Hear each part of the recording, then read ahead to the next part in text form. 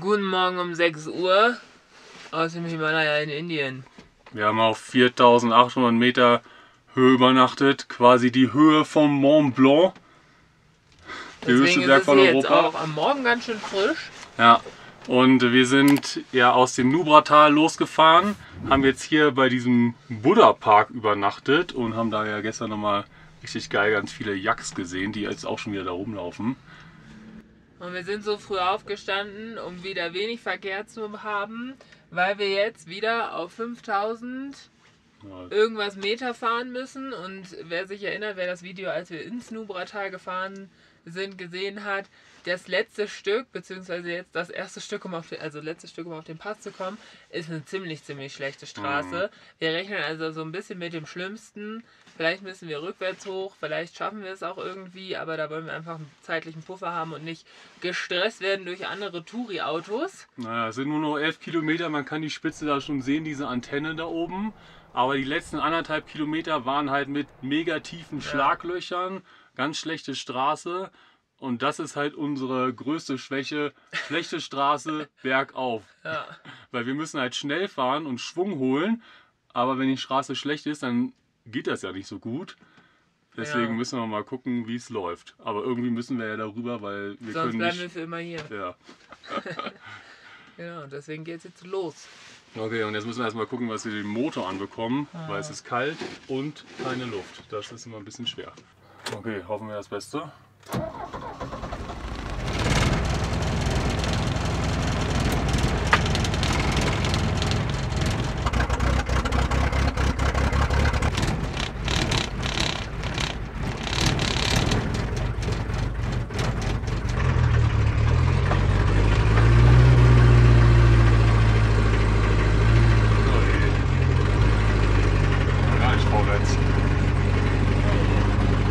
Weil wir mitten auf dem Pass jetzt geparkt haben, geht es natürlich direkt bergauf los. Aber irgendwie haben wir noch keine Power. Jetzt warten wir noch mal kurz, dass der Motor ein bisschen wärmer wird, dass wir hier überhaupt losfahren können. Ein bisschen peinlich, aber so ist es halt. Das ist halt ein altes Auto. Ja, können wir uns noch mal diesen See angucken mit den Yaks. Super. Okay, wir fahren!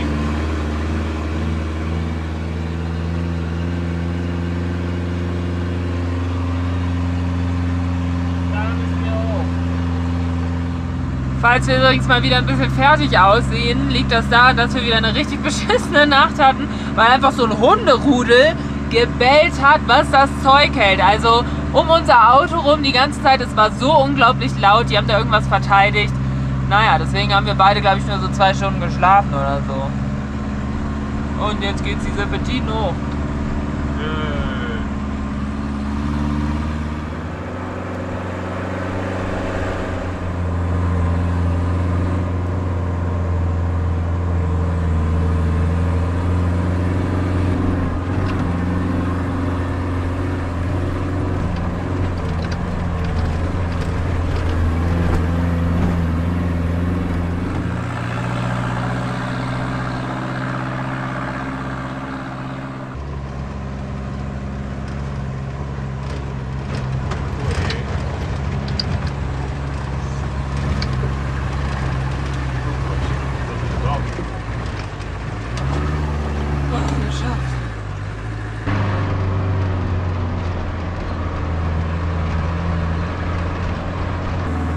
Hallo, guten Morgen, Yak.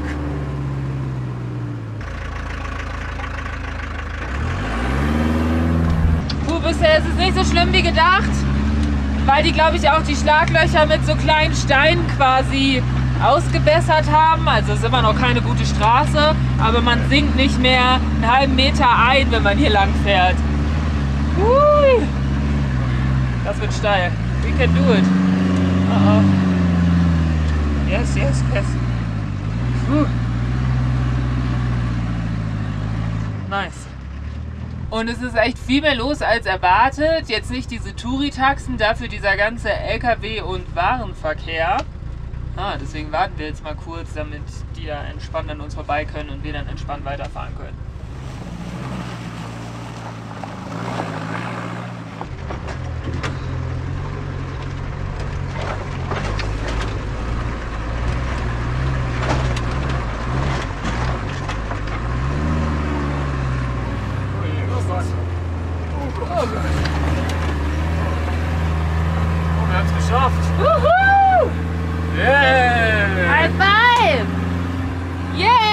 Das war nicht so schlimm wie gedacht, muss man ehrlich sagen, oder? War schon schlimm, aber wir mussten nicht rückwärts hochfahren. Ja, genau. Hammer. Ach, toll. Jetzt sind wir wieder auf 17.982 Fuß. Yeah, wir haben den Kardungler Pass jetzt zum zweiten Mal geschafft. Und das heißt, wir waren jetzt in diesem Monat 5 Mal über 5000 Meter mit unserem Auto. Und wir sind angeblich auf 5480 Meter. Aber wir haben auch gehört, dass das nicht so richtig stimmt. Also die wissen das nicht so genau.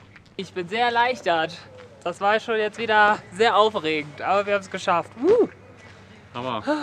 Da steht jetzt auch wieder so ein Schild World's Highest Café und wir waren ja in Nubratal, war ja auch World's Highest Zipline und so. Also die sagen immer, es ist das älteste, das höchste, das weiteste, alles, aber eigentlich wissen sie das gar nicht so genau und das ist, glaube ich, vor allem Marketing.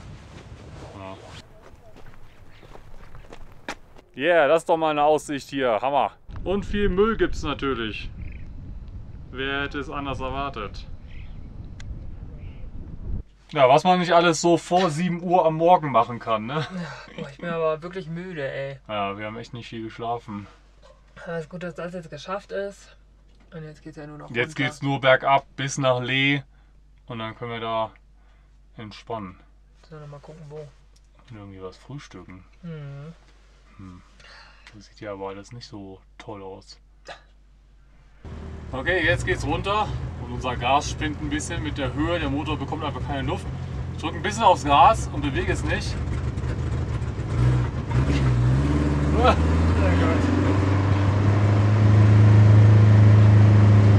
Schon ein bisschen krass. Yay, aber es geht nur bergab. Zum Glück ist ja hier die Straße auf diesem Kardungler Pass ziemlich gut. Also hier ist ja auch schon alles asphaltiert. Ist nicht so kaputt und so.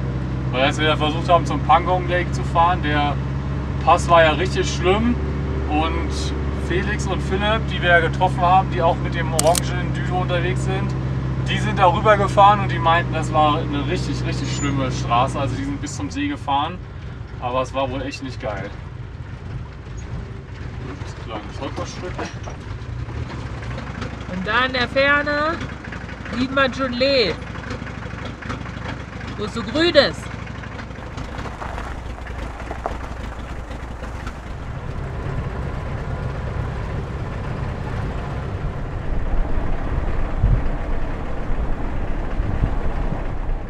So, wir haben es mehr oder weniger wieder runter nach Lee geschafft. Von einer Buddha-Statue im Nubratal zu einer anderen Buddha-Statue. Die ist allerdings irgendwie da drüben und da kommt man irgendwie so schwer hin.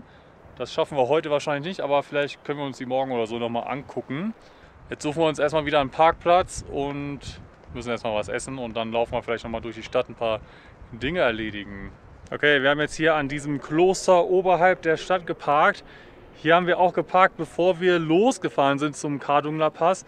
Aber als Übernachtungsplatz war das richtig schlimm, weil das ist halt ein toller Aussichtspunkt. Und das heißt, abends, ne, tagsüber kommen hier natürlich die Leute, um sich das Kloster anzugucken. Das sind aber gar nicht so viele. Aber abends zum Sonnenuntergang wurde es immer mehr und mehr und mehr. Und das hat auch nicht bis Mitternacht aufgehört. Also hier kommen halt richtig viele Leute hoch, weil man halt eine tolle Aussicht auf die Stadt hat. Und deswegen war es zum Schlafen richtig schlimm. Deswegen sind wir dann ja auch weitergefahren und von woanders los. Aber wir parken jetzt erstmal hier, weil von hier können wir ganz gut runter in die Stadt laufen. Ist zwar sehr steil und anstrengend, aber dann müssen wir nicht, also dann sind wir direkt in der Innenstadt, in der Fußgängerzone und müssen nicht noch, wie als wenn wir bei der Shanti-Stupa geparkt haben, da muss man noch so 20 Minuten oder eine halbe Stunde durch so Straßen laufen. Und das war sehr nervig, weil es gibt ja immer keine Fußwege und dann kommen ganz viele Autos und die hupen einen immer alle an und das ist immer richtig nervig. Deswegen gehen wir lieber dann von hier direkt runter in die Stadt und abends zum Schlafen fahren wir dann woanders hin. So, wir haben es runter in die Stadt geschafft, aber wir haben uns leider den schlechtesten Tag überhaupt ausgesucht. Also nicht, dass wir es wussten, aber heute ist ein muslimischer Feiertag und das ist wohl auch ein Feiertag in Indien allgemein. Und deswegen sind hier fast alle Geschäfte zu.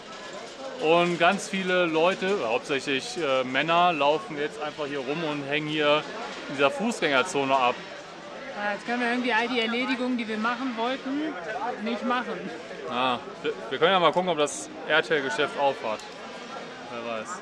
Aber schon ein bisschen, ist komplett anders jetzt hier, weil ja, ist einfach eine ganz andere Szene plötzlich. Man denkt jetzt, man ist in, weiß nicht wo.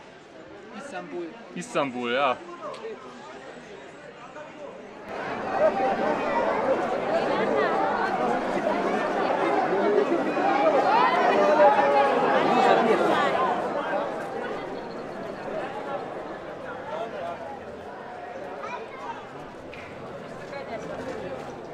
Okay, wir haben Glück gehabt, der RTL Shop hat offen. Laura lädt jetzt noch mal ein bisschen extra Gigabyte auf unsere SIM-Karte. Und dann müssen wir noch eine Bank suchen, um nochmal Geld abzuheben. Ich war jetzt nochmal bei 3 weiteren Automaten, immer noch nicht funktioniert. Kreditkarte nicht, Girokarte nicht. Wobei meine Girokarte ist glaube ich auch abgelaufen. Egal. Also Top-Tipp, wenn ihr weit weg reist, außerhalb der EU, nehmt ganz viel Bargeld mit. Weil dann kann man das notfalls immer wechseln. Und in einigen Ländern, so wie im Iran, da geht ja unsere Karte sowieso nicht, da braucht man eh Bargeld. In Pakistan war es zum Beispiel, hat man einen besseren Kurs bekommen, wenn man das Geld gewechselt hat, statt es dann abzuheben vom Automaten. Und auch in Indien hat beim Bezahlen unsere Karte eigentlich fast nie funktioniert, halt zum Geld abheben meist ja. Aber es ist auf jeden Fall immer gut, Bargeld dabei zu haben, weil ich meine, wechseln kann man das immer. Die Karte funktioniert halt manchmal nicht.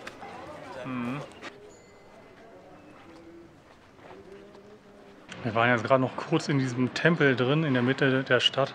Da haben wir von oben vom Parkplatz auch schon heute Morgen diese Musik gehört, diese Mantren. Das war ein bisschen peinlich, weil also man konnte darin jetzt keine Fotos machen und so. Aber da waren halt ganz viele Leute drin, die gebetet haben. Ja, das war jetzt das erste Mal, dass wir echt gesehen haben, wie Buddhistinnen beten, und wir wollten da jetzt auch nicht so mega lange drin rumlaufen und so, weil wir denen halt ihre Zeit zum Beten gönnen wollten. Und deswegen sind wir jetzt wieder rausgegangen.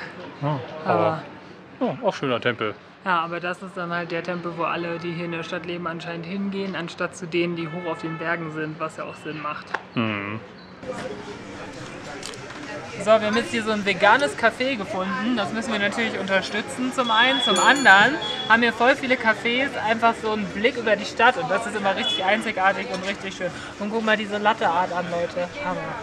Das habe ich ja noch nie gehabt. Ein Teddy. Zur Mittagspause sind wir jetzt in einem Restaurant, das heißt The Tibetan Kitchen, also die tibetische Küche. Und das wurde uns von sehr vielen Leuten empfohlen. Und es gab sehr viel auf der Karte, aber am Ende haben wir uns für die klassischen Momos entschieden.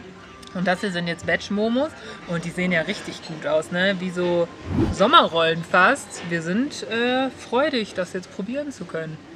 Hier ist auf jeden Fall auch deutlich mehr drin als sonst. Die schmecken sehr, sehr cremig, und dann ist da auf jeden Fall wieder Kohl, Karotten, ich glaube auch Spinat und so, und ganz viel Würze, und hier gibt es auch noch so eine Extrasoße. Also auf jeden Fall sehr anders, aber jetzt nicht unbedingt besser als die Momos, die wir auch schon bei Streetfood irgendwo gegessen haben. Und hier konnte man sich aber aussuchen, ob man die frittiert haben will oder gedämpft, und deswegen haben wir jetzt beides einmal bestellt. Also auf jeden Fall sieht es auch sehr lecker aus. Heiß. So, kurzes Fazit zu unserem Mittagessen. Es scheint hier auf jeden Fall eines der beliebtesten Restaurants zu sein. Hier ist richtig voll. Die ganzen Taxifahrer müssen jetzt draußen warten, bis ihre Gäste dann fertig gegessen haben. Oh nein. Es war schon lecker, aber wir hatten auch schon genauso gute Momos für deutlich weniger Geld, vor allem im Amritsar. Da fahren wir vielleicht auch noch mal hin. Stimmt, der Street Momos, der Ja, Typ. genau. Der ist dieser Streetfood-Laden. Genau, also oder so, ja, weiß ich nicht. Generell, wenn die von auch so irgendwo auf dem Land so selbst gemacht sind, da war das auch schon oft echt gut. Ja. Hier zahlt man irgendwie so für den guten Service, und es gab eine richtige Speisekarte und so, das gibt es halt sonst immer nicht. Genau, und es war eine schöne Atmosphäre, das Bad war voll sauber und nicht nur ein Loch und all diese Dinge. So in Pang haben wir auch Momos gegessen. Das war schon, das eine ist halt ein vernünftiges Restaurant hier und das andere ist eher so eine Imbissbruchbude. Aber beides hat so seine Vor- und Nachteile. Ja, ich mag, glaube ich, die Imbissbruchbuden lieber. Ja, das ist schon ein bisschen so mehr, weiß ich nicht, ich würde jetzt nicht sagen authentisch, aber und schmeckt mehr genauso am gut Leben. oder sogar besser. Genau. Ja, jetzt geht's auf jeden Fall zurück zum Van. Der einmal Aufstieg. durch die Stadt und dann da hoch. Oh je. Gott, ich glaube, ich muss geschoben werden. Und da oben stehen wir auf dem Parkplatz. Da ganz hoch müssen wir.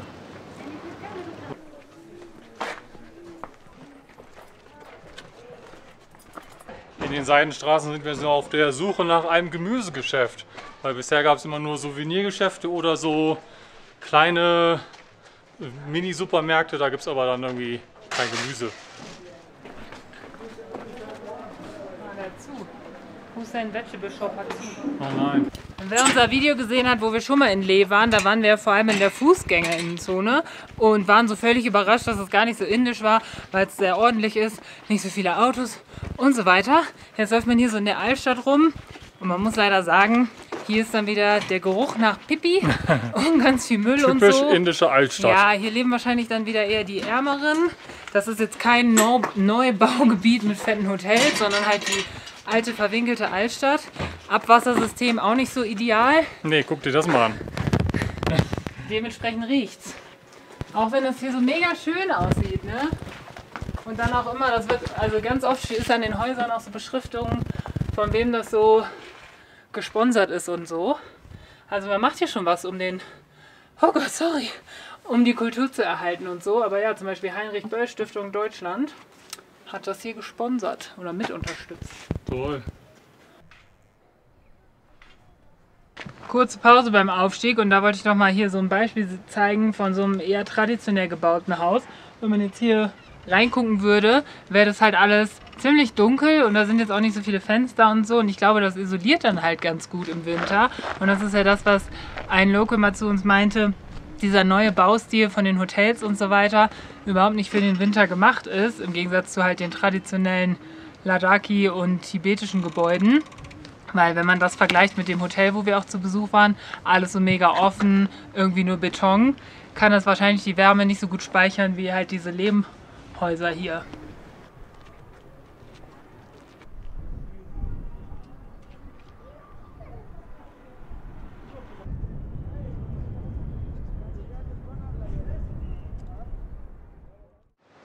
So, wir haben dann gestern unseren... Hallo Hund. Wir haben dann gestern unseren Stellplatz wieder verlassen und sind wieder zu dieser Stupa gefahren, hatten dann eine ganz gute Nacht, bis wieder ein bellender Hund kam. Heute versuchen wir jetzt nochmal alle Erledigungen in der Stadt zu schaffen, füllen gerade Wasser auf, müssen gleich nochmal Geld wechseln, drücken uns die Daumen, dass das klappt und werden dann Leh verlassen. Wahrscheinlich für immer erstmal oder für erstmal eine lange Zeit, weil wir uns dann Richtung Amritsar und pakistanische Grenze auf den Weg machen, das aber zum Glück ganz langsam angehen können, denn unser Visum läuft erst in 2 Wochen aus. Das heißt, wir haben noch ziemlich viel Zeit, uns irgendwo in die Pampa zu stellen und zu entspannen. Hier kann man das nämlich nicht so gut. Nach Kaschmir. Ja genau, wir fahren nach Jammu Kaschmir. Okay, wir haben uns nämlich erinnert, dass hier in dieser kleinen Straße war eine Wechselstube. Jetzt haben wir nochmal Geld gewechselt. Wir haben auch ein bisschen noch verhandelt, weil der wollte ein bisschen weniger uns geben, als eigentlich der Kurs ist. Und da steht extra drauf, dass er keine Kommission nimmt. Dann habe ich auch verhandelt. Und dann haben wir eben noch versucht, hier in diesem Hotel unser Pakistan-Visum auszudrucken. Das haben wir nämlich ganz vergessen. Aber die wollten das nicht machen, obwohl da der Drucker stand. Wir konnten den Drucker sehen, aber er hat gesagt, wir sollen zum Market laufen. Aber wir wollen jetzt nicht nochmal hier durch die hupende Straße rennen, ey. Naja. Wir fahren jetzt hier gerade wieder so ein bisschen durch das Militärgebiet und haben schon aus Spaß gesagt, wir können ja so fragen, ob die einen Drucker haben. Einmal bitte das Pakistan-Visum ausdrucken. Ich glaube, da würden sie ganz schön verdutzt gucken, weil das ganze Militär hier natürlich vor allem ist wegen der Grenzsituation mit Pakistan. Und in der Vergangenheit kam es auch zu echt ernsten Auseinandersetzungen und so. Und das ist natürlich nichts, worüber man zu sehr lachen sollte. Aber es wäre schon auch witzig, wenn 2 deutsche Touristen so reinlaufen und so tun würden, als hätten sie keine Ahnung und wären so, hallo, können wir euren Drucker für unser Pakistan-Visum benutzen? Ich glaube, da würden viele, oh, Obst und Gemüse, ganz schön verdutzt gucken. So, mehr Erledigungen geschafft. Da waren wir jetzt gerade noch mal schnell ein bisschen Gemüse kaufen. Und es ist echt so, dass das, glaube ich, wirklich alles die Muslime sind, die hier das Gemüsemonopol haben. Und wir haben es auch noch geschafft, unsere Visa auszudrucken, weil hier so ganz viele Print-Shops sind. Also richtig Glück gehabt. Guck mal, noch ein Supermarkt. Ah, ja, da gehen wir auch noch mal rein. So, wir haben jetzt hier noch so einen kleinen Shop gefunden. Und es ist auch lustig, wie lange wir eigentlich keinen Einkaufswagen mehr benutzt haben, ist uns gerade aufgefallen, weil es gibt auch keinen Korb. Man läuft halt einfach hin und trägt das dann. So, was brauchen wir denn noch? Tomatenpüree. Oh. Baked Beans.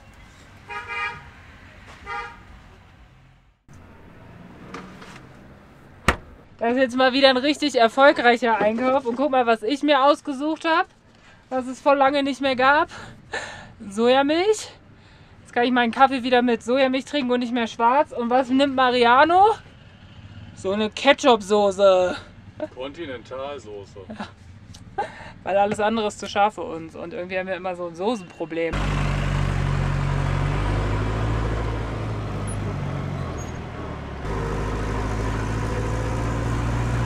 Also heute scheint hier irgendwie so ein Fest zu sein. Uns kommen die ganze Zeit so sehr schrill dekorierte Autos entgegen. Und nicht nur eins, bestimmt schon das mindestens 10.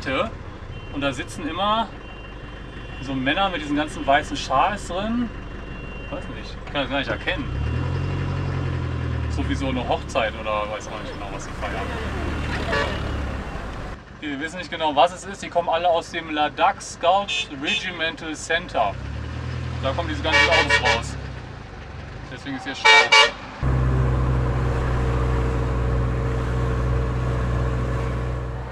Geil, richtig lustig. Wir haben jetzt diese deutsche Reisegruppe vom Himalaya-Haus, diese Organisation, hier zufällig wieder getroffen. Aber das sind jetzt andere Leute, aber dieser Reiseführer und der Mönch, das sind doch die gleichen und die haben uns halt wiedererkannt. Ja, und deswegen haben sie jetzt gerade gestoppt und uns eingeladen, zum Kloster von dem Mönch zu kommen. Die sind da jetzt 3 Tage und wir wollen jetzt heute nicht mehr so viel fahren, deswegen fahren wir dann morgen Abend hin. Und dann ist es ja auch nochmal cool, weil dann kriegen wir nochmal einen wirklich ganz anderen Einblick in so ein Kloster. Und das ist das Kloster, wo der Mönch da aufgewachsen ist. Ja, und also bis jetzt war es ja immer so, dass es irgendwie so ein bisschen zwischen Tür und Angel war mit den Gesprächen. Und dann haben wir, wenn wir da hinfahren, echt nochmal viel Zeit, mit denen zu quatschen und so. Ich hoffe, die Straße dahin wird gut. Aber ja, da habe ich richtig Bock drauf. Ist halt lustig, dass es eine deutsche Reisegruppe ist, so, wo man jetzt, also dass wir durch eine deutsche Reisegruppe mehr Kontakt zu buddhistischen Mönchen bekommen wahrscheinlich. Finde ich ganz witzig, aber ja, da sagen wir auf jeden Fall nicht nein und freuen uns schon voll drauf. Und jetzt fahren wir da drüben auf die andere Flussseite. Da stehen nämlich so ein paar, das ist ein guter Parkplatz und da campen wir dann heute.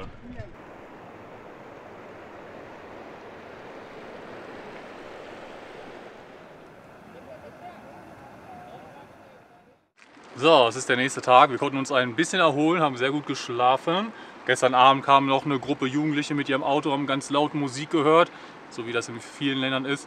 Da musste dann Laura erstmal rausgehen und sagen so, hey, könnt ihr euch woanders hinstellen oder die Musik leiser machen, ausmachen, was auch immer. Naja, der nächste Tag und ich werde jetzt mal, bevor hier die ganzen anderen Touris mit ihren Schlauchgummibooten da ankommen, werde ich selber mal versuchen mit meinem Gummiboot jetzt hier auf dem Sanska-Fluss lang zu paddeln. Hoffen wir, es wird gut. Hoffentlich wird es nicht so wie als ich das letzte Mal versucht habe, Paddleboarding zu gehen da auf diesem Salzsee. Oh je. Oh je. Oh Gott. Hilfe. Und falls ihr euch jetzt fragt, was macht Laura eigentlich die ganze Zeit, wenn Mariano immer so Stand-Up-Paddling geht und so weiter, dann ist die ganz simple Antwort: Kaffee trinken und lesen. Das ist nämlich etwas, was ich dieses Jahr wieder voll für mich entdeckt habe. Das ist jetzt, glaube ich, Buch 53 oder 54, was ich lese. Und das ist ein total großer Luxus für mich, dass ich das jetzt wieder so intensiv machen kann. Weil ehrlich gesagt, während meiner Uni-Zeit hatte ich dafür irgendwie nicht die Kapazitäten. Ich kann mir vorstellen, wenn man halt Vollzeit arbeitet, dass es dann auch irgendwie krass ist, nochmal zu sagen, okay, ich lese jetzt, anstatt mich einfach auf die Couch zu legen und Netflix zu gucken oder so, wenn man den ganzen Tag hart gearbeitet hat. Und von daher weiß ich das sehr zu schätzen, dass ich das jetzt immer machen kann und finde das einfach richtig gut und toll und habe das Gefühl, ich habe wieder so eine Leidenschaft für mich entdeckt. Ein Pro-Tipp für mich beim Reisen mehr zu lesen ist auf jeden Fall ein E-Reader zu haben. Da kann man die Bücher dann ganz einfach downloaden und es nimmt nicht so viel Platz ein, wie wenn man jetzt 1000 Bücher hier im Van hätte, weil der Platz ist ja nun mal limitiert und es spart natürlich auch voll an Gewicht. Und was man auch auf jeden Fall haben sollte, was richtig cool ist einfach eine Mitgliedschaft bei eurer lokalen Bücherei in Deutschland und die meisten haben halt dann ein Online-Konto. Das heißt, die meisten Bücher, die ich mir hier downloade, lade ich halt umsonst runter für eine gewisse Zeit, also meistens für 21 Tage. Man kann das dann verlängern, wie halt, wenn man sich ein Buch in der Bücherei ausleiht und das klappt ganz gut. Und inzwischen gibt es sogar auch eine Online-App, wo man nochmal viel mehr internationale Bücher runterladen kann, also ganz viel auf Englisch und auch Hörbücher hören kann. Das ist die Libby-App. Die kann ich euch auch sehr, sehr empfehlen. Da, ja, das sorgt auf jeden Fall beides dafür, dass ich inzwischen wieder richtig viel und gerne lesen kann und auch zwischendurch beim Fahren dann Hörbücher hören kann oder beim Spazierengehen, und das tut mir irgendwie richtig gut. Und dann ist es auch eine coole Abwechslung zwischen irgendwie Sachbücher, die ich vielleicht eher höre, und Romane, die ich dann abends oder generell einfach gerne lese. Und wenn euch das auch interessiert und ihr gerne lest, dann schreibt es gerne mal in die Kommentare. Ich weiß, wir sind hier so ein Reisechannel und so, aber es ist auf jeden Fall was, womit ich mich sehr viel beschäftige, mit Lesen, Büchern, Literatur, Themen, die in Büchern besprochen werden, und ich hätte da auf jeden Fall Bock auf mehr Austausch. Wenn ihr aber sagt, das ist hier ein Reisechannel, dann ist das auch völlig in Ordnung. Gibt ja noch genug andere Online-Gruppen, Foren, was auch immer, wo ich da meine Leidenschaft ausleben kann. Okay, Action! So, ich bin jetzt gute 2 Kilometer gelaufen. Ich muss sagen, das Sandsker Tal ist richtig schön. Vielleicht müssen wir echt noch mal ein bisschen durchfahren. Also irgendwann, Sandsker ist auch so ein Ziel, was sehr schön sein soll. Aber irgendwann wird die Straße halt richtig, richtig schlecht. Aber bisher ist die Straße voll ruhig. Die ist gut ausgebaut. Also vielleicht lohnt es sich echt, hier noch mal ein paar Tage dieses Tal zu erkunden und hier ein bisschen zu entspannen, weil ja, ist echt ruhig. Ich habe irgendwie erst so 1, 2 Autos gesehen. Okay, dann geht es jetzt los. Ui. Da geht es jetzt lang. Und ich glaube, das hier ist auch der Ort, wo die Leute mit ihren Gummibooten starten. So, frisch dieser Fluss. Los geht's.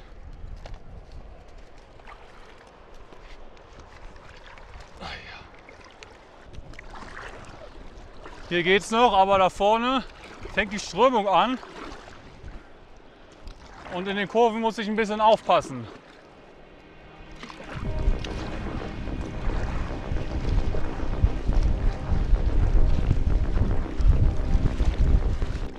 Ich glaube, stehen werde ich hier nicht können. Ist doch ganz schön wild. Der Teil geht jetzt hier wieder. Und es ist wichtig, dass man immer paddelt, weil sonst kann man nicht lenken. Weil wenn ich einfach auf der Strömung treibe, dann ist es ja so, als würde ich quasi auf dem Wasser nur stehen. Deshalb lenken. Und in den Kurven muss ich immer von dem wilden Wasser, was da an den Steinen entsteht, ein bisschen wegpaddeln.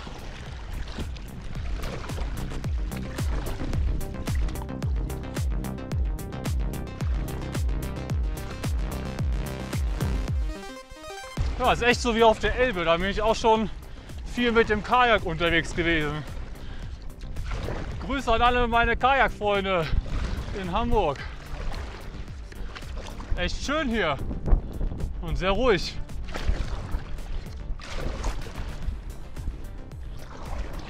Ich hoffe, der Akku unserer GoPro reicht noch. Die ist inzwischen ganz schön in die Jahre gekommen und hatte auch schon mal einen Wasserschaden. Der Akku lädt nicht mehr so richtig. Da brauchen wir demnächst mal Ersatz.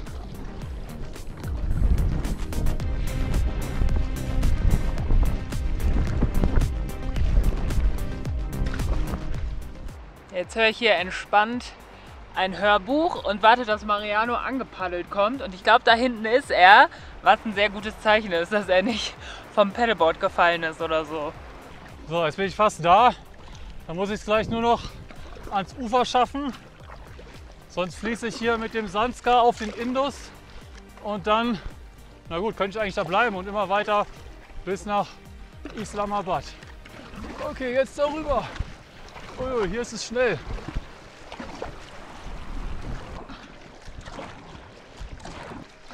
Ah, die Strömung drückt mich auf die andere Seite.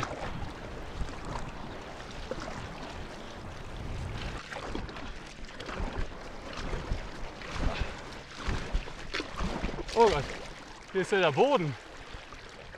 Oh, Hilfe! Oh Gott.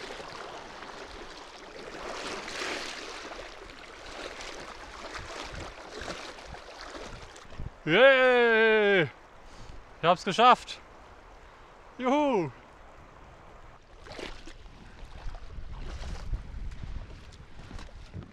Puh, das war doch mal eine Morgenaktivität. Das war krass. Oh. Nach den vielen Aktivitäten für den Körper geht es in der nächsten Folge mit Aktivitäten für den Geist weiter. Wir verbringen ein paar Tage im Tserkamo-Kloster tief in den Bergen, weit ab von den üblichen Tourismus-Hotspots und können noch so einige Fragen zum tibetischen Buddhismus beantworten. Bis auf dass wir mal wieder rückwärts einen Berg hochfahren müssen, wird dies eine weniger chaotische Episode, sondern so schön, dass wir richtig traurig sind, Indien dann bald verlassen zu müssen. Wer hätte das gedacht? Also, danke fürs Zuschauen erstmal und wir hoffen, ihr schaltet nächste Woche wieder ein. Jules!